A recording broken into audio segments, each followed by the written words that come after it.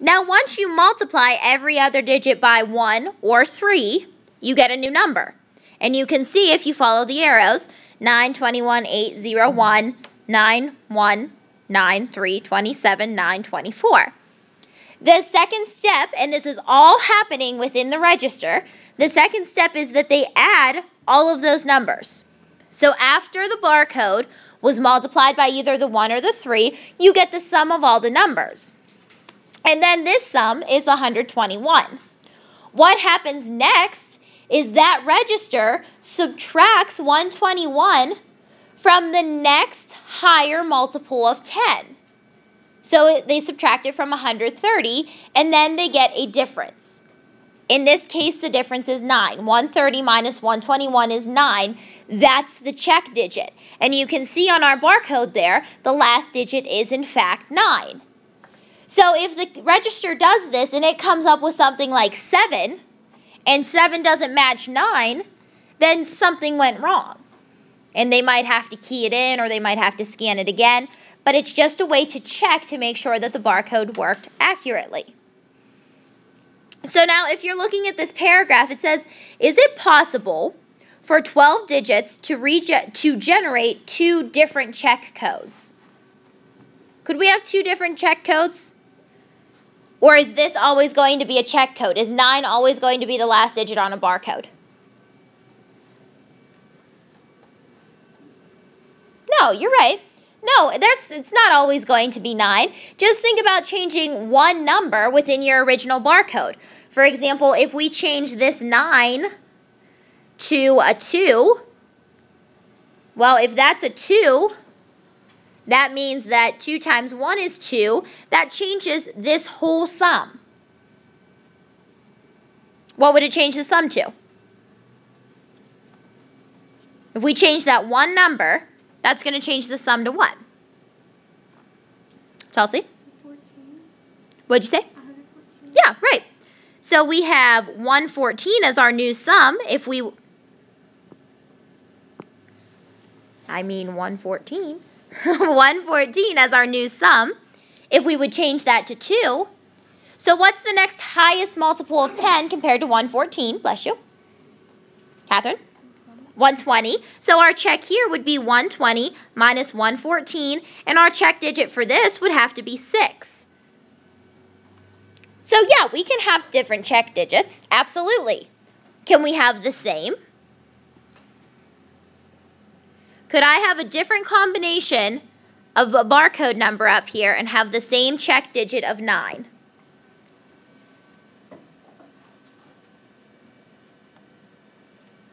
Chelsea? Yeah, because you can have different numbers add up to 121. Yeah, we could use that 121, and we could just have a variety of numbers that add up to 121. Or think about it this way. You could have different numbers that add up to 81. If you had numbers that would add up to 81, the next highest multiple of 10 is what? 90, right? And so 90 minus 81, that would give us a check digit of 9 also. So you don't necessarily have to have the exact same barcode to get the same check digit. But you can have different or the same check digits, just depending on how you treat your barcode. Okay, now this is just kind of an introduction to what we're doing here today with functions and relations. We won't finish these notes today. We're going to go about halfway through them, and then we'll finish the rest tomorrow. So does anybody know what a relation is?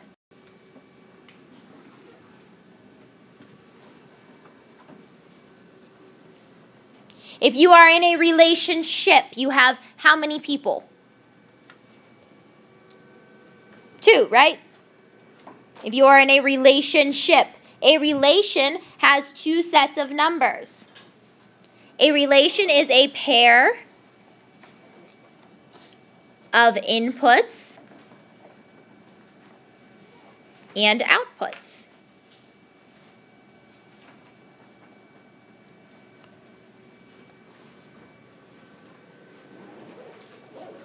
A relation relates 2 numbers together, the inputs and the outputs.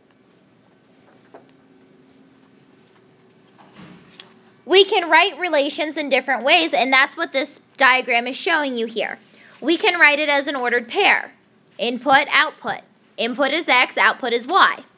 A mapping diagram has two bubbles with arrows drawn across. A table just looks like a table. And then your graph, you guys know how to graph X and Y. Your inputs are X, your outputs are Y. This shows us a skydiver. And you can see these little pictures of him. At 0 seconds, he's 10,000 feet above the ground. Then at 4 seconds, he is 9,744 feet above the ground. 8 seconds, 8,976 feet. 12 seconds, 7,696 feet. And 16 seconds, 5,904 feet. So this is a relation because it's relating the input and the output. What do you guys think are the inputs and the outputs here? Think about what the numbers are representing. What would the input and the output be? Remember, input goes in the X column, output goes in the Y column. This one's kind of simple because all the information is right there for you. They're not asking us to make this into a diagram. Catherine. Inputs are times and outputs are ones. Very good.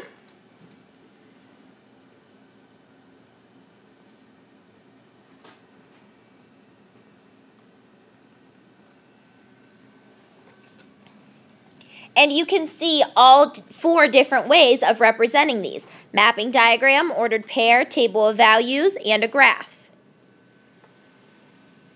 Has anybody ever been skydiving? Would anybody ever skydive? Yes, that's what I like to see. So what we're going to do next is we're going to take our information and we are going to put it in all 4 of these different types of representation. The monthly average water temperature in the Gulf of Mexico varies during the year. In January, the water is 69, February 70, March 75, April 78. So we want to write this relation, relating inputs and outputs, in 4 different ways. What would be an easy way for us to represent the months instead of writing out January, February, March, April? Andrew?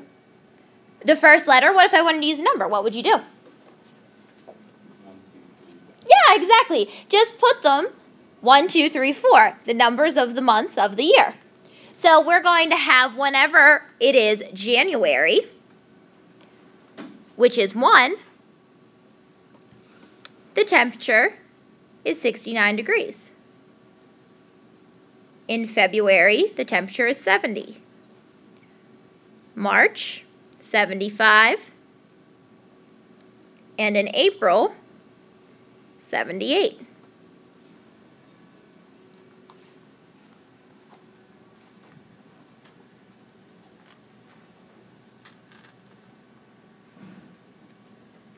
So what are our inputs here?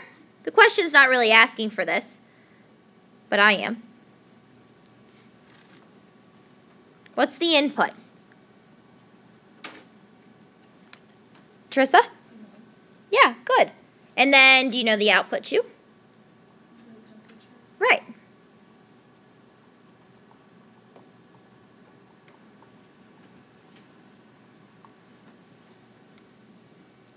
Okay, so our ordered pairs are one way.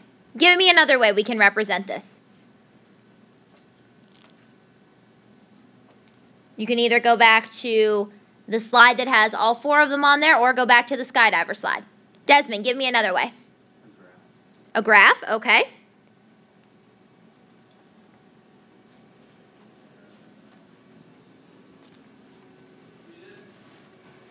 So I'm going to put my months on the x-axis because remember, that's your input, and your input goes where x is. So my months here are 1, 2, 3, and 4.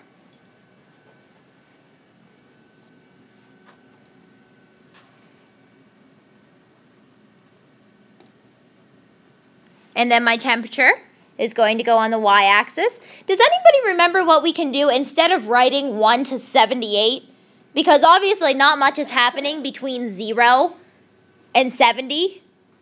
What can we do, Haley? You draw like a squiggly line above. Exactly. It's kind of like a little break in the graph here. And then I'm going to start at 60, 65, 70, 75. And if you wanted to break it up into multiples of 2, 60, 62, 64, that's fine also. So now for January, I have to go to 69 degrees. February, 70 degrees. March is 75. And April is 78.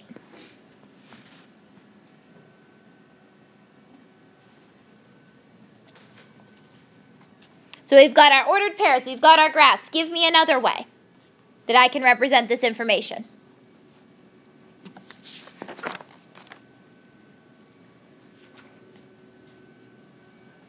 Just look back. How about mapping? We could have our inputs. Bless you.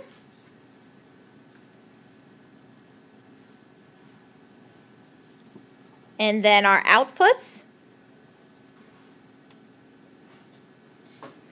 So our inputs are our months. Outputs the temperature.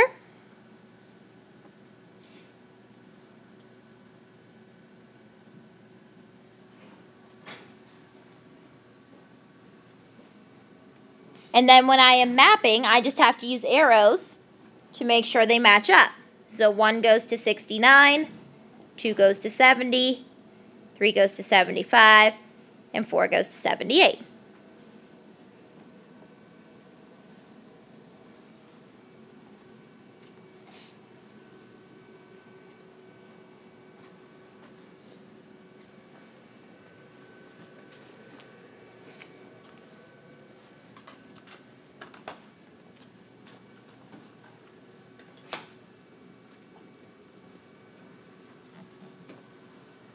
And then there's one last way to do this, which is kind of similar to the mapping, but we're just going to put it in table form.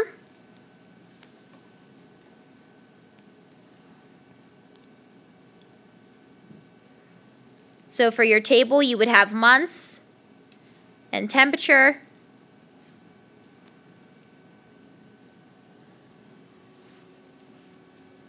Month is your X, temperature is your Y. Month 1, temperature is 62. Month 2, temperature is 70. 3, temperature is 75. And 4, temperature is 78.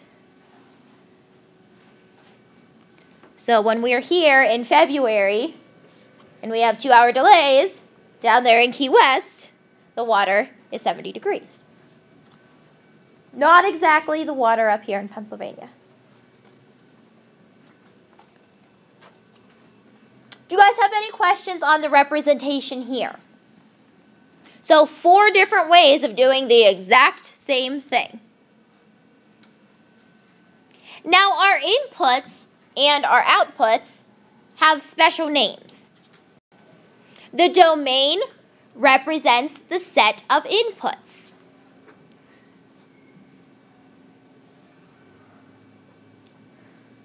And what coordinate did we say this was, X or Y? Input is the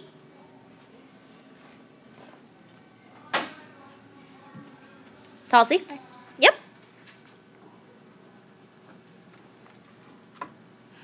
And as you might guess, range is kind of like the opposite.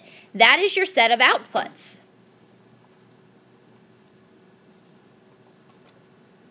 And if it's not the x-axis, or if it's not the x coordinate, then it has to be the y coordinate.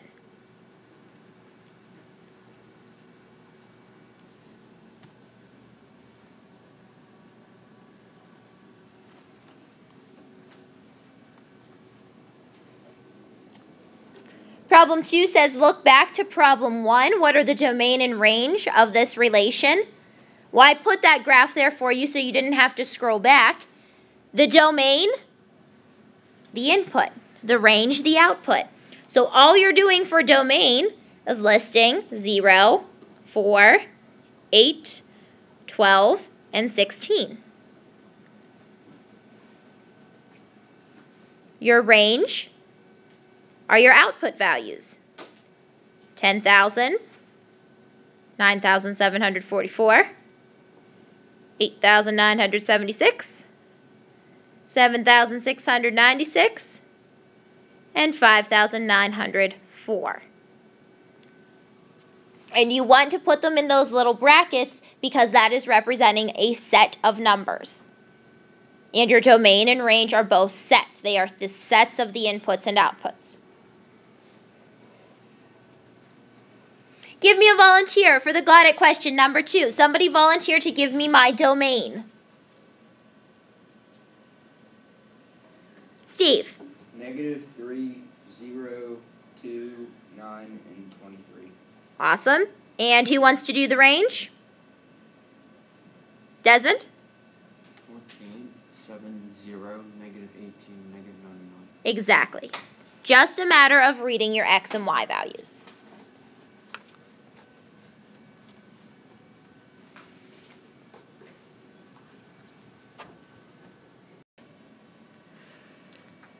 Now, a special type of relation is called a function.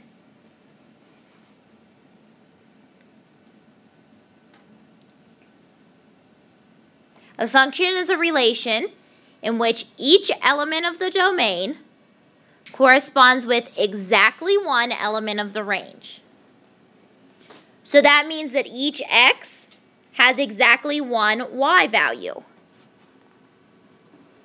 So that means if your X is 2, then 2 can only have one Y value. You can't have 2, -3, and 2, 4, because that 2 is not assigned to exactly one Y. Your X has to correspond to exactly one Y. That means only one Y. So for a function, you have to have no repeated X values.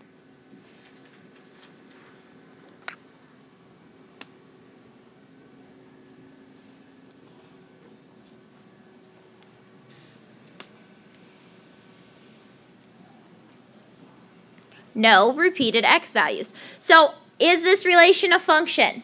-3 to -2, 0 to 7, 4 to 1. Desmond? Yes. Yep, it's a function. How about B? Is that a function?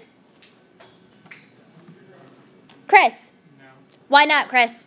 because there's 2 4s in the domain. Exactly. Number 3. Function or not a function? Haley. Function. Check 2.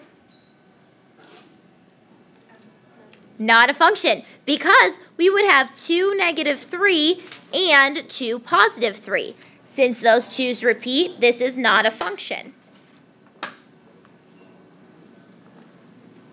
And then how about B? Is that a function?